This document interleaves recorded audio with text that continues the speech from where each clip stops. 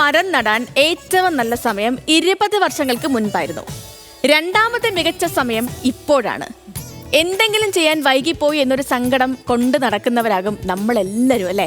സത്യത്തിൽ ആ വിഷമം നമുക്ക് ഇന്ന് ഈ ദിവസം തീർക്കാവുന്നതേയുള്ളൂ.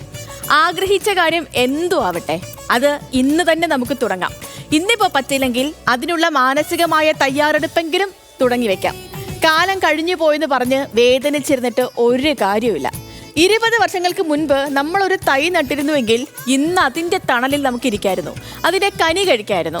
ആ മരത്തിൻ്റെ ശിഖരങ്ങളിൽ കിളികൾ പാട്ടുപാടുമായിരുന്നു, അതിൻ്റെ കൊമ്പുകളിൽ കാറ്റ് കൂടുകൂട്ടുമായിരുന്നു അല്ലേ?